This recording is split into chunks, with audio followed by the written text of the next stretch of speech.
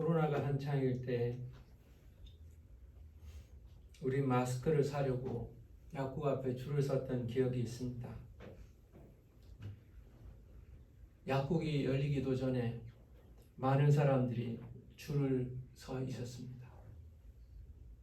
돈이 있다고 마스크를 살 수 있는 것이 아니었습니다. 한 사람이 5장씩인가요? 마스크를 샀고 그것도 이름을 적어가면서 마스크를 구입했던 기억이 납니다. 그때는 마스크 선물하는 것이 고기 선물하는 것보다 귀하게 느껴지기도 했습니다.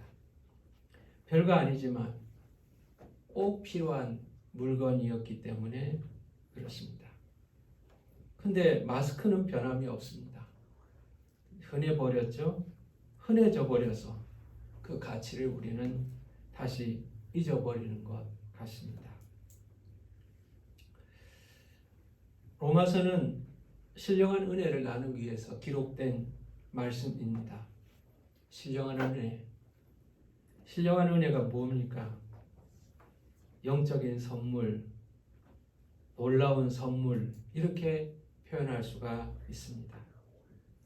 우리 모두에게 하나님은 꼭 필요한 놀라운 선물을 주려고 로마서를 기록하신 것입니다.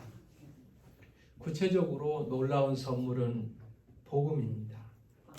왜 복음이 놀라운 선물이 되고 신기한 선물이 됩니까? 그것은 죄 때문에 그렇습니다.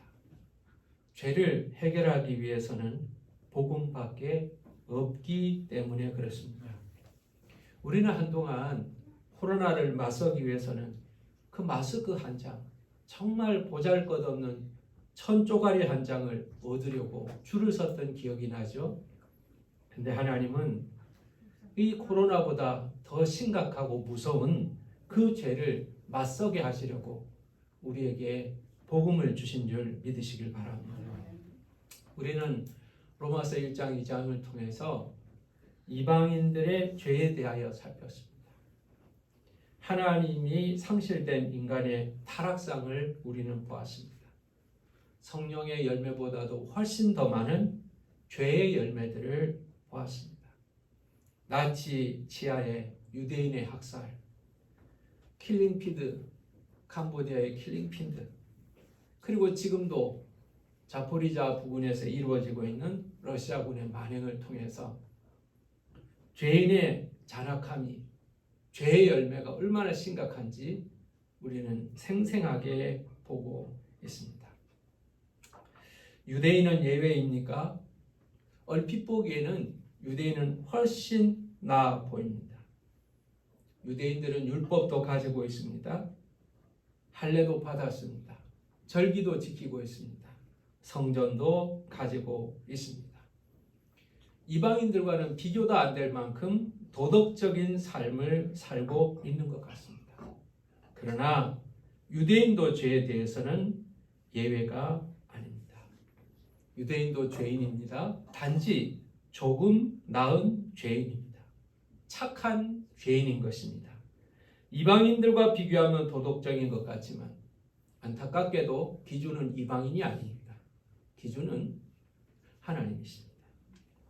하나님의 의에 미치지 못한 것이기 때문에 유대인도 죄인인 겁니다. 여러분, 이렇게 예를 한번 들어보고 싶습니다. 10,000번 죄를 지은 사람이 있습니다. 그 옆에 20,000번 죄를 지은 사람이 있습니다. 10,000번 죄를 지은 사람이 20,000번 죄를 지은 사람에게 야, 너는 왜 이렇게 죄를 많이 지었냐? 나는 너보다 훨씬 죄를 적게 지었다. 너 반밖에 죄를 안 지었다. 너는 나보다 죄를 배나 지었기 때문에 배나 죄인이다 라고 말한다면 여러분들은 뭐라고 말하겠습니까? 10,000번, 20,000번 혹은 10,000번, 100,000번의 차이가 있다고 할지라도 하나님의 의에 이르지는 못하는 것이죠. 다 죄인이고 그래서 다 복음이 필요한 사람입니다. 오늘 본문은 마지막으로 우리한테 질문을 하고 있습니다. 그러면 당신들은 어떻습니까? 이방인들은 이야기했습니다. 유대인도 이야기했습니다.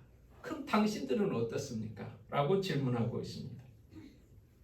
우리는 어떤가요? 조금 나은가요? 여러분과 제가 지금 이 시간이 예배드리는 예배당이 아니라 하나님의 법정이라고 생각해 본다면, 하나님의 백보자 심판이라고 생각해 본다면, 그 법정에 피고로 여러분들이 부름을 받았다면 어떤 판결을 받을 수 있을 것 같습니까? 나는 이방인보다 조금 낫습니다. 나는 유대인보다 훨씬 낫습니다. 여러분, 그렇게 여러분 스스로를 하나님 앞에서 입증할 수 있을까요? 10절 말씀을 한번 읽어보시기 바랍니다. 굉장히 중요한 말씀이고 유명한 말씀입니다. 10절 다 같이 읽겠습니다. 시작. 기록된 바 의인은 없나니 하나도 없으며. 여러분, 이 말이 별거 아닌 것 같지만 엄청난 말씀입니다. 의인은 없습니다. 어떻게 없어요? 하나도 없습니다. 하나도 없습니다. 여러분, 10사람이 모였던 100사람이 모였던 1000사람이 모였던 10,000사람이 모였던 그 많은 피고인들에게 하나님은 말씀하십니다. 이 중에서 이 법정에서 무죄함을 받고 나갈 수 있는 사람은 단 한 사람도 없다. 충격이지 않습니까? 나는 의인이라고 생각한 사람들 분명히 있습니다. 옆을 이렇게 쭉 둘러보니까 이 도둑놈도 왔고 강도도 왔고 살인범도 왔고 가늠한 사람도 왔고 죄인들이 득실거립니다. 아, 나는 이 사람들보다 낫지. 맞아, 나는 심판받을 사람이 아니야. 나는 질적으로 달라. 질적으로 달라. 여러분, 그렇게 이야기할 줄 모릅니다. 근데 여러분, 하나님은 그 하나님의 재판정에서 준엄하게 선언하십니다. 너희들 중에 의인은 단 한 사람도 없다. 모두가 죄인이라고 선언하셨습니다. 여러분, 사람들은 죄인이라는 말을 아주 싫어합니다. 죄는 심리적 현상이라고 말합니다. 심리학자들, 의사들은 말합니다. 죄의식을 가지고 사는 것은 좋지 않습니다. 죄를 생각하지 마십시오. 죄의식은 나쁜 것입니다. 죄는 심리적 현상이지 실체가 아닙니다. 이렇게 우리에게 가르치고 있습니다. 사람들의 마음에서 죄의식을 빼앗아버리고 죄를 짓고 있는 우리들에게 평안함을 주려고 하는 것이 이 시대의 과학자들입니다. 좋습니다. 그렇게 생각하는 것 자유입니다. 그러나 여러분, 이렇게 한번 생각해 봅시다. 우리가 심한 병을 앓고 있다고 해봅시다. 암에 걸렸다고 해도 좋습니다. 여러분, 암에 걸린 것은 좋은 것입니까? 한 사람도 좋지 않습니다. 그러니 좋은 것이 아니니 암에 걸렸다고 할지라도 암을 생각하지 말아야 합니까? 암을 생각하지 말고 말하지 않으면 암이 없어집니까? 병을 무시한다고 해서 병이 약해집니까? 아닙니다. 병에 걸렸다면 병은 실체인 것입니다. 우리가 부인한다고 해서 부인이 되는 것이 아닙니다. 절벽을 향하여 달려가는 것이 두렵기 때문에 눈을 감는다고 해서 절벽이 없어지지 않습니다. 9절 말씀 다시 이렇게 말하고 있죠. 그러면 어떠하냐? 우리는 나으냐? 결코 아니나. 유대인이나 헬라인이나 다 죄 아래 있다고 우리가 이미 선언하였습니다. 우리가 나으냐고요? 유대인, 이방인 다 죄인으로 판정이 됐는데 여러분과 저는 나으냐고요? 나은지 안 나은지를 한번 확인해 봐야 되겠어요. 어떻게 확인을 하는가? 오늘 본문에 보면 죄인들의 증상에 대해서 설명하고 있습니다. 감출 수 없는 것이 몇 가지가 있다 그러죠. 사랑하는 마음은 감출 수가 없어요. 사랑하는 마음이 있으면요, 그게 표현이 돼요. 눈빛, 손길, 행동 다 사랑하는 마음이 있으면 티가 나요. 또 하나 감출 수 없는 게 있어요. 감기는 감출 수 없어요. 열이 나죠. 콧물이 나죠. 기침이 나죠. 불편해요. 감출 수 없어요. 근데 또 감출 수 없는 게 있어요. 죄를 감출 수 없어요. 죄는요, 반드시 티가 나게 돼 있어요. 오늘 본문 11절 보겠습니다. 깨닫는 자도 없고 하나님을 찾는 자도 없도다. 죄인의 특징은요, 죄의 심각성을 알지 못합니다. 여러분, 자신이 죄인이라는 것을 죄인은 깨닫지 못합니다. 그러다가 인간은 언제 자기가 죄인이라는 것을 깨닫는가?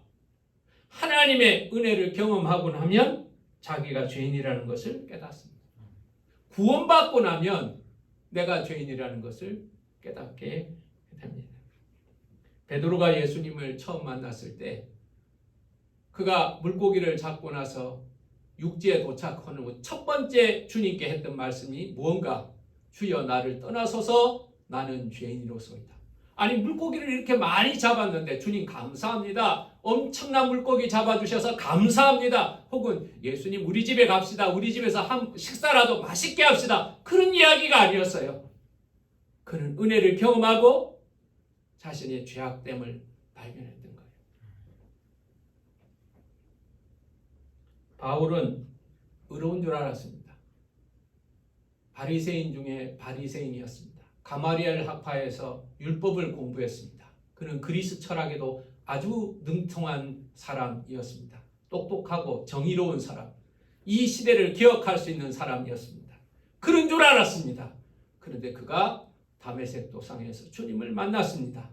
그 영광의 빛을 보는 그 순간 자기 자신을 발견했습니다. 나는 죄인 중에 괴수라고 고백하였던 것입니다. 죄인들은 자신이 죄인이라는 것을 인정하지 않을 뿐만 아니라 하나님을 찾지도 않습니다. 하나님을 찾는 것이 부담이 됐습니다. 하나님을 찾는 것이 즐겁지 않습니다. 죄인들은 하나님 찾는 것이 즐겁지 않습니다. 여러분, 예배 드리는 것을 정말 싫어하는 사람들이 있습니다. 내가 돈을 줄 테니까 교회 안 가도록 면제해달라고 하는 사람들이 있습니다. 지금은 가는지 모르지만 제가 다니는 병원의 원장님이요, 부인이 믿음이 좋은 사람이었어요. 교회 가기로 하고 결혼을 했어요. 근데 속았어요. 교회는 가요. 어디까지 가는 줄 아세요? 주차장까지 가요. 주일이 되면 부인하고 애를 데리고요 교회 갑니다. 그리고 아내 예배 드리고 하고요 자기는 주차장에서 기다린다는 거예요. 예배가 끝나면 모시고 온다는 거예요. 교회는 갔죠. 교회는 갔어요. 왜 그럴까요? 예배 드리기 싫어요. 다른 거 해보라 그러세요. 합니다. 그러나 예배 드리는 것이요 정말 싫어요. 죄인의 특징입니다. 여러분, 예배 시간 늦게 올라오고 싶죠? 교회 일찍 와도 여러분 끝까지 버티고 늦게 올라오고 싶죠? 여러분 마음을 한번 점검해 보세요.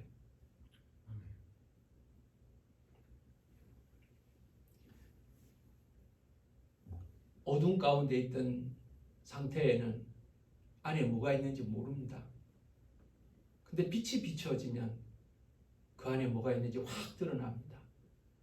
벌레가 있는 것도 보이고 쓰레기가 있는 것도 보이고 먹다 남은 음식이 있는 것도 보이고 그리고 나서 절망하는 겁니다.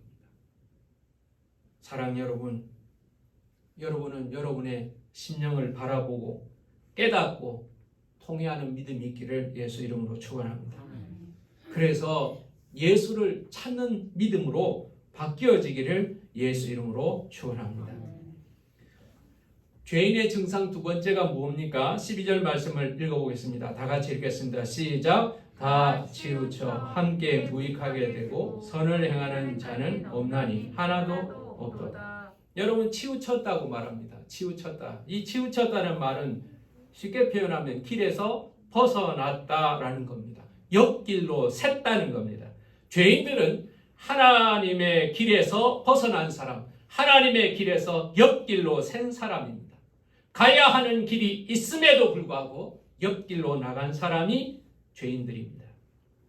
여러분, 사실 우리가 살아가다 보면요, 가야 하는 길보다 가지 말아야 하는 길이 더 매력적으로 보이지 않습니까?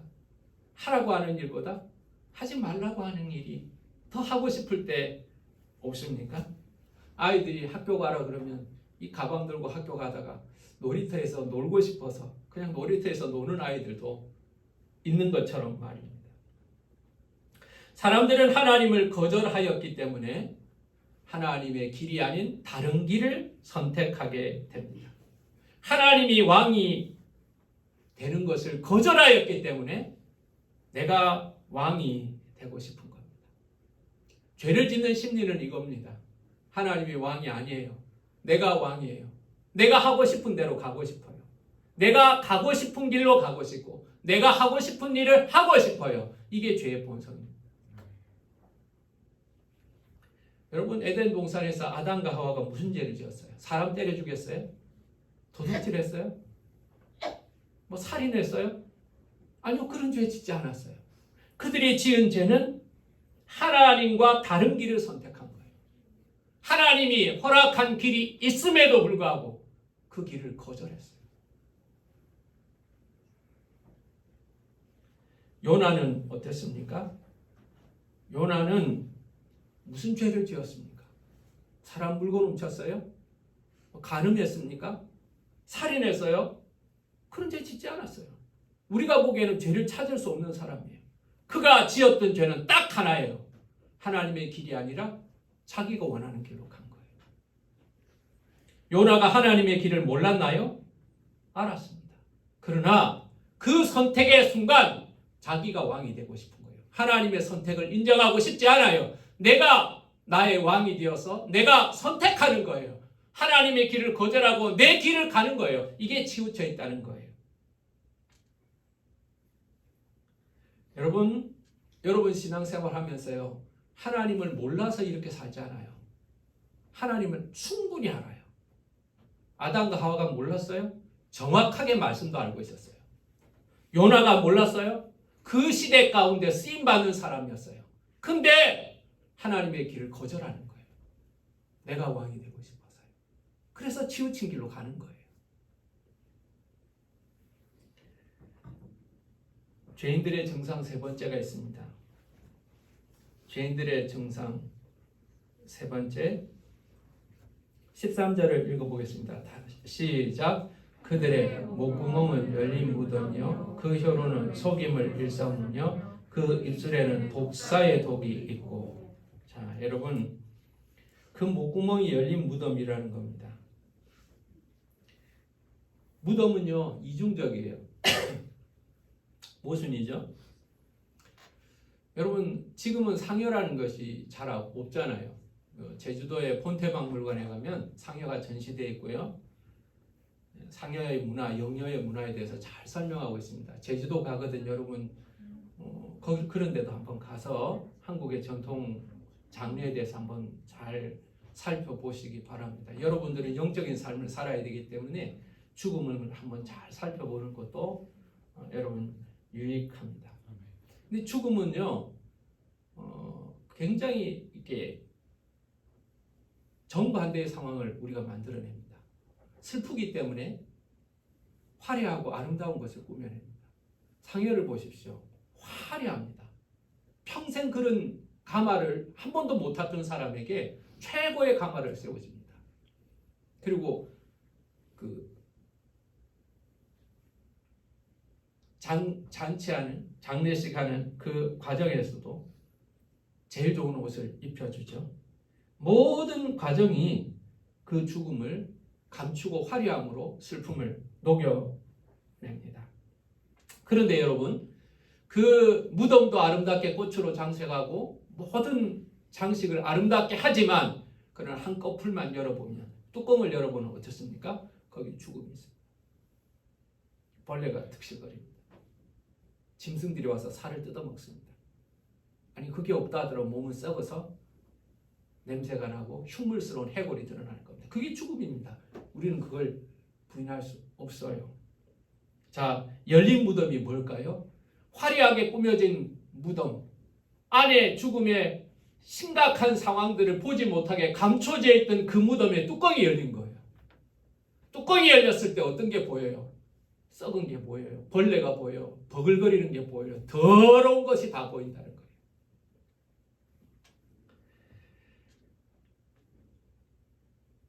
감추지 않고 악을 행하는 일에 익숙한 사람들을 향하여 열린 무덤이라고 말했습니다.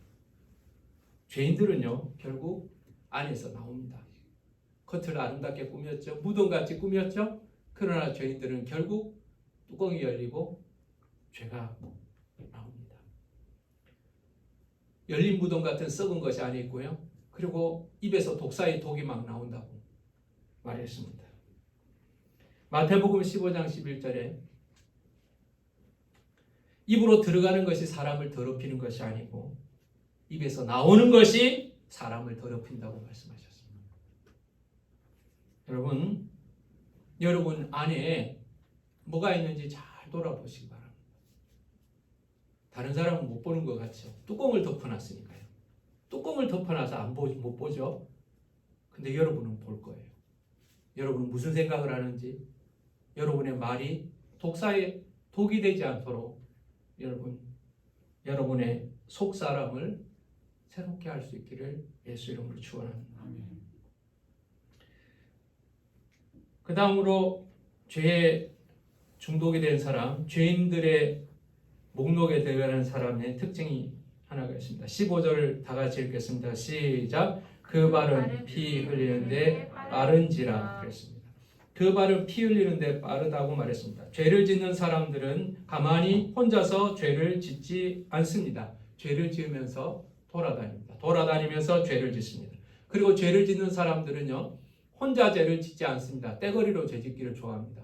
우리는 떼강도라는 말을 하잖아요. 떼강도. 얼마 전에 보니까 중학생 2명하고 초등학생 1명하고 금방을 털었더라고요. 15초 만에. 영화를 많이 봐서 그런지요. 저는 그걸 보고 깜짝 놀랐어요. 야, 얘가 이거 연습을 어디 산 것도 아닐 텐데요. 우장창창 하면서 금방에서 15초 만에 그걸 훔쳐서 4천만 원짜리를 훔쳐가는데 빠르더라고요.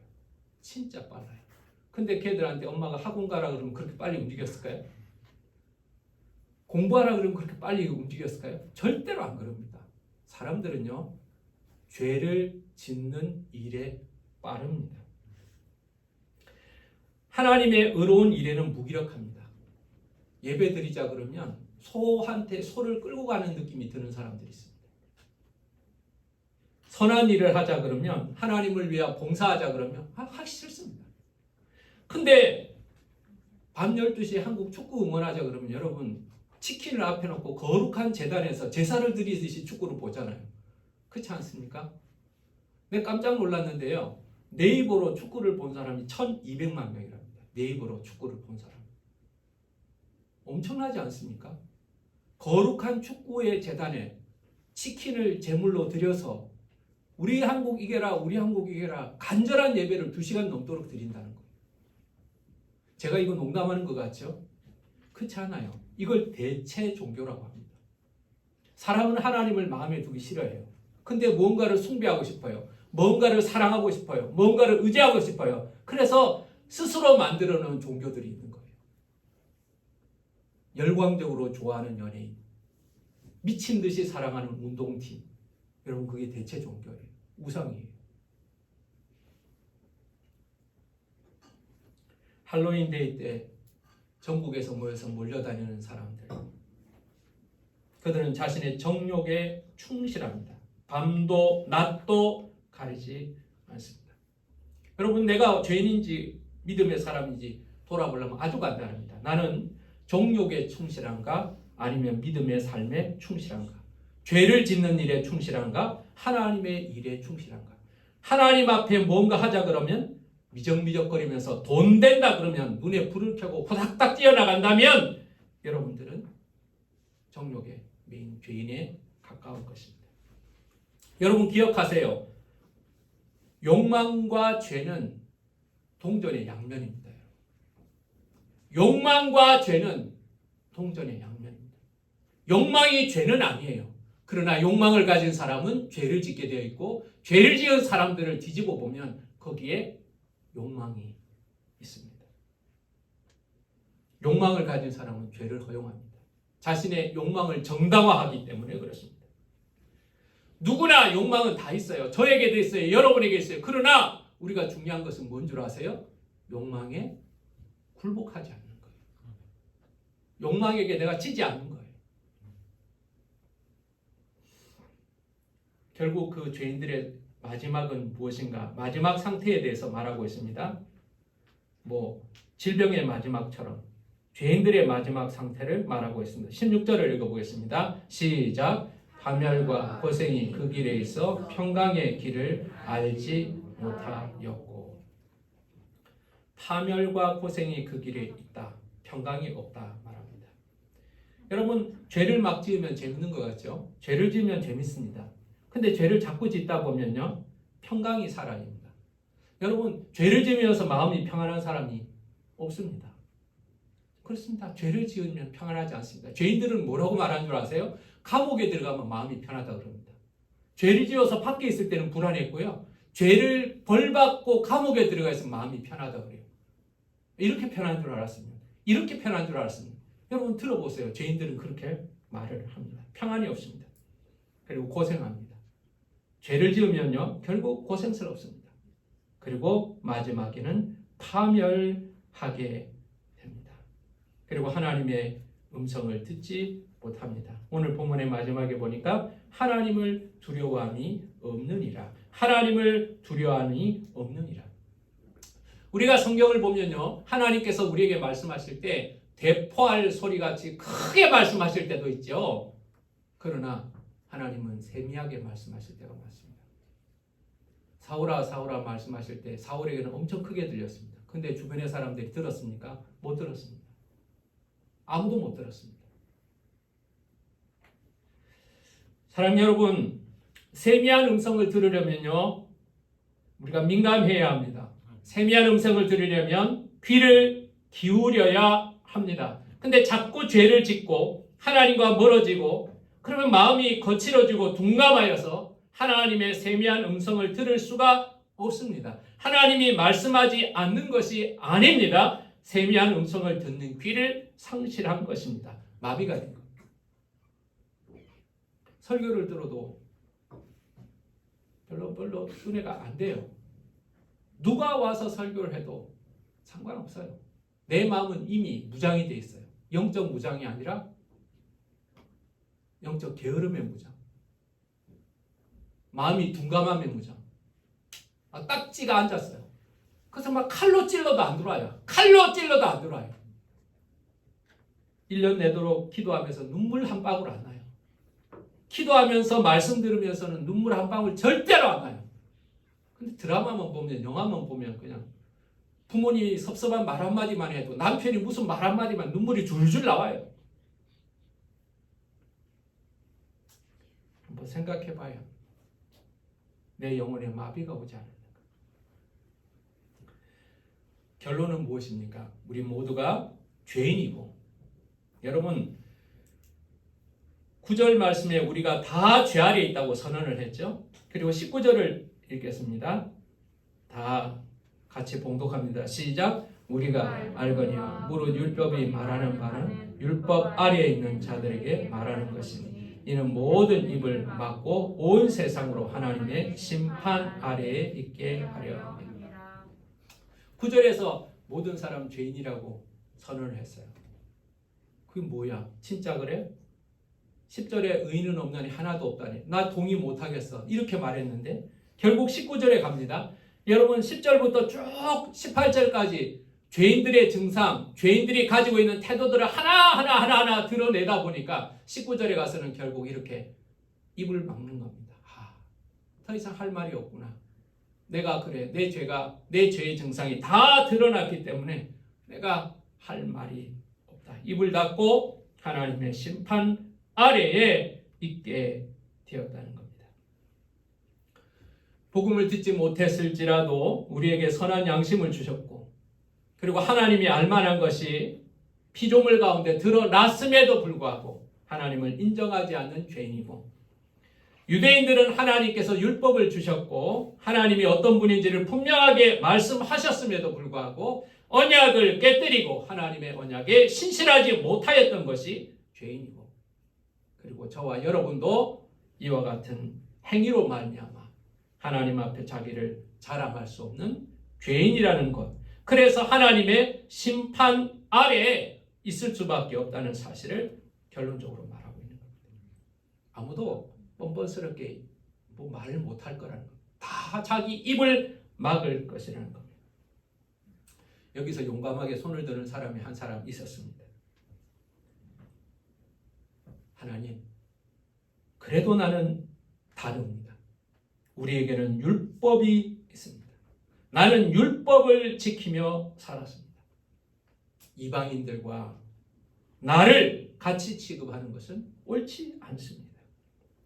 누가복음 18장 11절에 보면 바리새인과 세리가 함께 기도하고 있습니다. 근데 바리새인의 기도를 가만히 들어보면 이렇게 기도합니다. 나는 11조를 하였고 금식을 하였고 그리고 저 세리와 같이 않음을 감사하나이다. 저 세리와 같지 않다는 겁니다. 나는 저 사람들과는 질적으로 다르다는 겁니다. 그러니 같이 취급하는 것은 부당하다고 생각을 하고 있는 겁니다. 율법은 좋은 겁니다. 율법은 하나님의 뜻이 기록되어 있습니다. 그리고 율법은 우리가 어떻게 살아야 하는지를 가르쳐주는 가이드라인이 됩니다. 그런데 율법에는 한계가 있습니다. 율법의 문제가 아니라 율법을 지키는 우리에게 한계가 있는 겁니다. 20절을 우리 다 같이 읽어볼까요? 시작.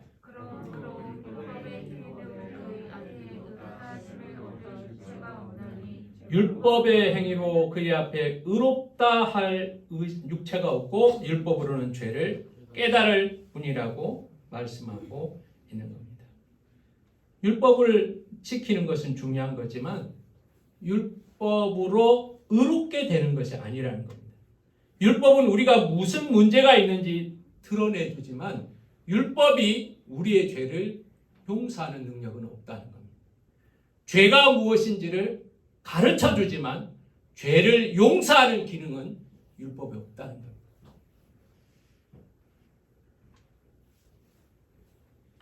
이스라엘 백성들이나 우리나 하나님의 율법에 충실하지 못했습니다. 율법을 소유한 것으로 의롭게 되는 것이 아니라 율법을 읽으면 읽을수록 우리가 죄인이라는 것을 드러내는 증거가 됩니다. 수문학 강장에서 학사 에스라가 하나님의 율법서를 낭독했을 때 백성들이 울었죠. 왜 울었을까요? 우리의 죄가 깨달아지고 우리가 죄인이라는 것을 깨달아져서 그들은 울었던 겁니다. 바리새인들의 신앙을 보십시오. 절기를 지키고 음식을 가리고 선하게 행동하고 열심히 도덕적인 삶을 사는 것처럼 보이지만 그럼에도 죄가 있는 것도 사실입니다. 이런 선한 행동이 죄를 없게 하는 것이 아니라 여전히 죄를 짓고 있는 선한 사람들인 것입니다. 결론은 바리새인이나 세리나 다 죄인이라는 겁니다. 자신이 율법을 지킴으로 인하여 내가 죄인이라는 것을 망각하게 만든다면 그것은 율법이 가진 한계요 부작용이라는 사실입니다. 사랑 여러분, 우리의 실존의 문제가 바로 여기에 있습니다. 우리가 의롭게 살고자 하지만 우리는 여전히 죄 아래에 있다는 판결입니다. 우리는 죄 아래에 있기 때문에 하나님의 진노를 피하지 못한다는 엄중한 현실 앞에 놓여 있습니다. 선을 행하는 것은 게으르고 죄를 짓는 일에는 발이 빠릅니다. 입은 열린 무덤입니다. 사랑으로 섬기기보다는 상처 주는 일이 더 빠릅니다. 인간의 발전을 한번 가만히 보십시오. 전쟁의 무기는 첨단화됐습니다. 여러분, 지금 러시아가 싸우고 있고 우크라이나 싸우고 있는데 별별 무기가 다 나오죠. 우리나라 무기도 엄청난 좋은 무기들이 계속 발전하고 있습니다. 계속해서 발전하고 있습니다. 그러나 여러분, 평화를 만드는 도구는 아직 못 만들었어요. 파괴하고 죽이는 무기는 점점 발전하지만 평화를 만드는 방법은 우리는 전혀 진전이 없습니다. 유엔도 무기력합니다. 북한 핵무기 개발에 어느 나라가 지금 막을 수 있습니까? 다 무기력합니다. 러시아의 침공에도 무기력합니다. 죄에 대하여 무기력한 인간의 모습을 우리는 보고 있는 것 같습니다. 이제 우리가 어떻게 해야 합니까? 우리가 다 죄인이며 죄인의 판결을 받음으로 말미암아 정죄함이 되었는데 우리가 이 죄를 막아설 수 있는 방법이 없는데 율법으로 노력으로 선한 행위로 되지 않는데 그러면 어떻게 해야 되는가? 그러면 어떻게 해야 하는가? 여기에서 우리에게 은혜가 필요한 것입니다. 복음은 은혜로 주신 것입니다. 여러분 받을 만한 사람 있나요? 아무도 없어요. 은혜로 주신 겁니다. 아들도 은혜로 주신 겁니다. 성탄절 아기 예수가 오신 것 우리가 기뻐하는데요. 그 아들 오신 것도 은혜로 오신 것입니다. 십자가도 은혜입니다. 주님, 내 대신 십자가 좀 져주세요. 요구할 만한 자격이 있는 사람 있나요? 아무도 없습니다. 은혜로 십자가를 지신 것입니다. 죄가 심각하다고 느끼지 못하고 내 영적인 상황을 알지 못하고 그 상황으로 인한 하나님의 법정의 엄중한 판결을 우리가 깨닫지 못하기 때문에 우리는 복음에 감격하지 못한 것입니다. 별거 아닌 감기에 걸린 사람은 감기를 약을 먹고 나으나 안 먹고 나으나 아주 그냥 나을 수 있기 때문에 별로 나음에 감격이 없습니다. 암에 걸려서 한 3기나 되었던 사람이 폐렴에 걸려서 고통 가운데 힘들어하는 사람이 나음을 입었다면 정말 감격할 겁니다. 우리 교회가 기도하고 있는 폐암 환자가 있습니다. 그분은 폐암 4기입니다. 암 중에서 폐암이 잘 안 고쳐지지 여러분 아실 거예요. 1기, 2기는 고칠 가능성이 높고요. 3기, 4기는 고침받을 가능성이 없어요. 특히 4기는 거의 가능성 없어요. 기도해달라고 요청했어요. 그 기도 요청을 받고 우리 금요일날 우리 권사님들 기억하지만 한 2번 기도했던 기억이 납니다. 그 사람 문자가 왔습니다. 하나님께서 나에게 은혜를 베푸셨어요. 암세포가 쭈그러들고 있어요. 놀라운 기적이 일어나고 있습니다. 하나님께 감사합니다. 기도해 주신 분들에게 감사합니다. 아니 다 나은 것도 아니에요. 사기였는데 좋아지고 있다는 거예요. 나아지고 있다는 거예요. 그 자체로 감격을 해가지고 이 사람 저 사람한테 감사하고 이 글을 보내는 걸 보면서요. 우리가 그 심각함을 알았을 때, 죄의 심각함을 알았을 때, 그 죄의 결과에 대하여 우리가 깊이 깨달아졌을 때 복음이 은혜라는 것을 알게 되는 겁니다. 지금 이 시대는 너 자신에게 충실하라고 가르칩니다. 누구 말 듣지 말고 너 자신에게 충실하라. 지금 이 시대는 뭐 장래에 그런 거 고민하지 말고 지금 재밌게 살아라. 이렇게 말을 합니다. 근데 냉정하게 말하면 죄인들도 자기에게 충실했던 사람입니다. 자기의 죄의 본능에 충실했죠. 사람 때리고 싶은 본능에 충실했기 때문에 때린 거고요. 죽이고 싶은 본능에 충실했기 때문에 죽인 거고요. 변질된 사랑에 충실했기 때문에 간음한 겁니다. 여러분, 이 시대는 그렇게 살라고 말하지만 여러분을 책임져 주지는 않습니다. 그렇게 살라고는 말하지만 아무도 책임져 주지는 않습니다. 비극적 이태원 참사를 통해 보지만 국가가 책임질 수 있는 부분이 있고 국가가 책임을 못 지는 부분이 아직도 많다는 것을 우리는 알게 됩니다. 우리나라가 대단한 나라인 줄 알았는데 너무나 허망하게 안타까운 생명을 잃어버리는 것을 보면서 책임지지 못하는 것이 너무나 많다는 것을 알게 됩니다. 자기도 책임지지 못하는 사람이 어떻게 다른 사람들을 책임질 수 있겠습니까? 하물며 다른 사람의 죄를 책임질 수가 있겠습니까? 여러분, 이 시대는 많은 사람들이 죄에 대하여 합리화하며 살아갑니다. 자기가 죄인이기 때문에 다른 사람의 죄에 대해서도 관대합니다. 이 정도는 괜찮아. 이 정도는 괜찮아. 이 정도는 괜찮아. 다 이렇게 살아가고 있으니 너도 이렇게 죄를 지어도 괜찮아 라고 말합니다. 이걸 뭐라고 말하냐? 죄의 일반화라고 말합니다. 하나님의 법정에 들어갔을 때 많은 사람들이 이래도 괜찮아, 이래도 괜찮아, 우리는 다 비슷하게 살았으니 다 괜찮아 라고 말했는데 하나님이 선언하셨잖아요. 의인은 없나니 하나도 없으며 이 법정에서 무죄함을 받아서 나갈 사람 단 하나도 없다 하나님이 선언하신 거예요.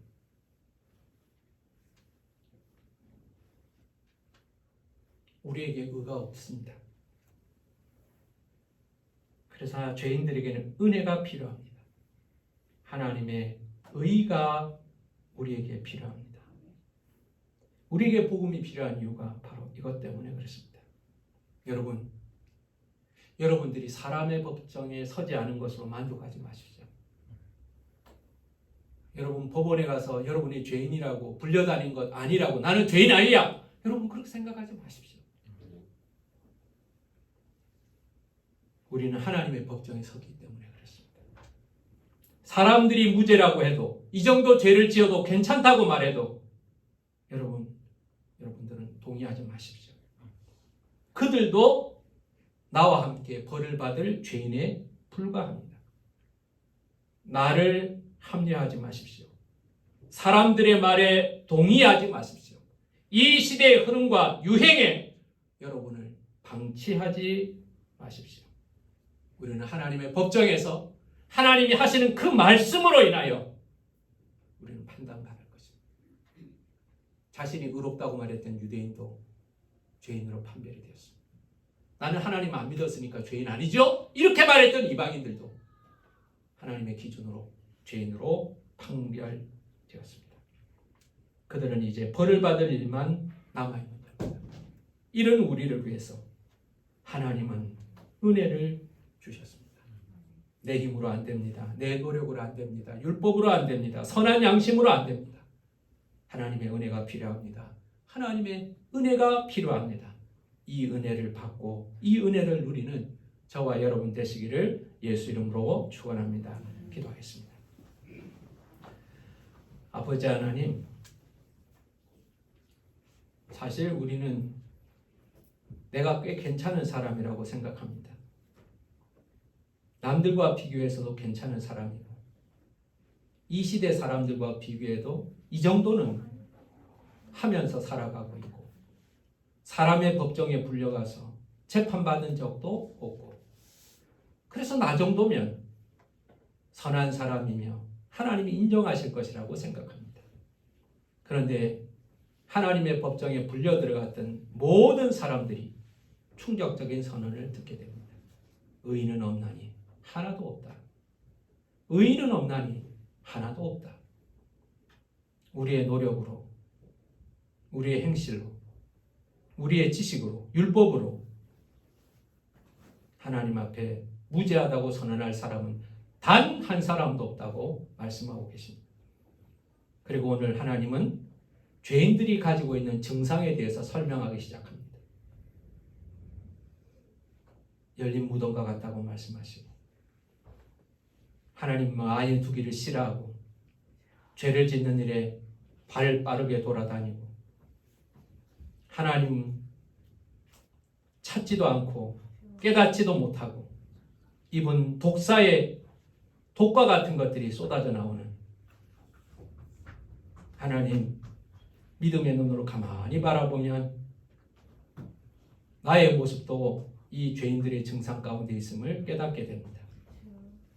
하나님, 사람들이 괜찮다고 해서 괜찮은 것이 아니라 하나님께서, 재판장이신 하나님께서 의롭다고 선언하셔야 하는데, 아무리 생각해봐도 내 안에는 의로운 것이 없음을 고백합니다.